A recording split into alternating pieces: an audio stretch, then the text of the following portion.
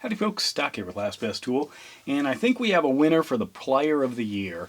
Now, one of the neat things about the election of a Plier of the Year is you can have all the pliers if you want, but I did have a vote, and this 150 millimeter Knipex twin grip won handedly. Now, a couple of people did point out that in fact this is nothing but a variation on a theme. It's a smaller version of the classic 200 millimeter, and of course they came out with a 250 millimeter version. Essentially it's the same, you know, within the limitations of the size, but I'm going to get to how I think this is somewhat like an iPhone. How about that for a transition? I was really leaning towards this. This is the Snap-on. This is the LN44BCF. It's basically like a smaller version of this, which is a smaller version of this.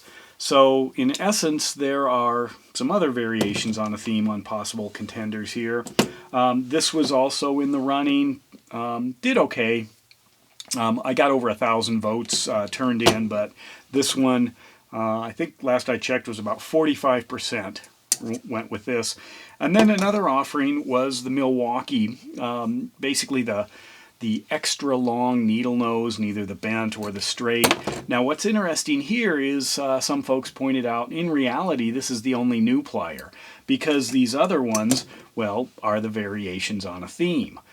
But you know, this is still just a variation on a theme of a needle nose. I don't know, I think everything's a variation probably now, unless there's some new three-handled plier or something I haven't seen. But I really like these. I had wondered if this would be the Plier of the Year, you know, before Knipex came out with theirs and Snap-on came out with theirs. I don't think this would be a Plier of the Year. It's just super handy, and they're all kinds of little tiny, you know, Snap-on pliers. So I do like that they're reaching down to the smaller group. They do give this one a couple options in terms of either, you know, colored dipped handle or this bare handle. I don't know, I like them both. But anyway, let's go back to this, and why would I say the iPhone?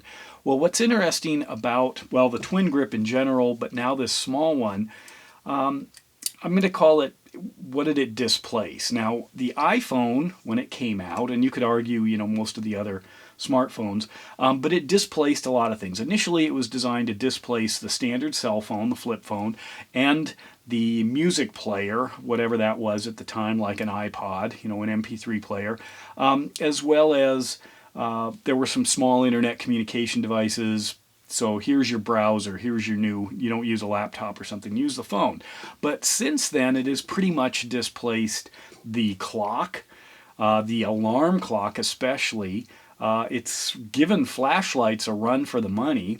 GPS, it's pretty much wiped out the consumer dashboard mounted GPS systems. And then a lot of the apps start to displace some of the other handheld or small devices, like a voice recorder or a digital audio recorder. They used to be little things, you carry them around, you know, talk into them or use them to record stuff. That's built in now.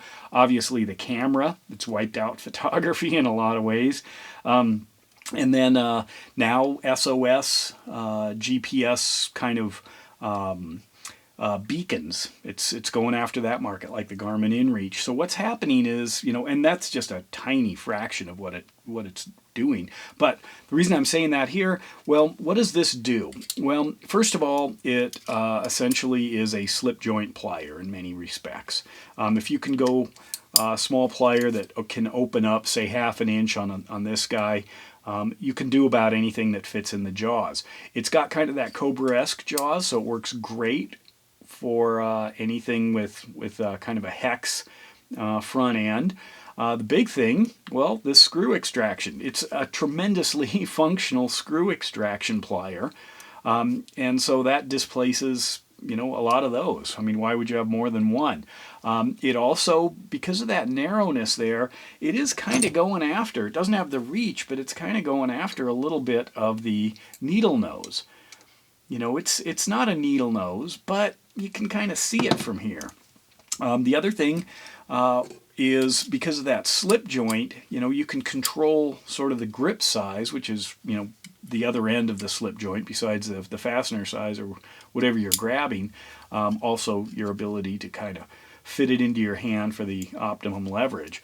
So, you know, as an EDC plier, as a functional plier, as a plier that can basically operate way above its pay grade, way above its size, I guess I have to agree. The twin grip alone is fabulous, and then having a smaller one like this, a little pocket-sized one. What's the size on this thing? We're looking at, whoops. Well, if you cut off that little nub right there, you could probably carry it on an airplane. Actually, I think 7 inches might be their cutoff, but some 6 inches. There it is, the 2024 Plier of the Year. I agree, and you spoke. So, good job, Knipex. And with that, Doc out.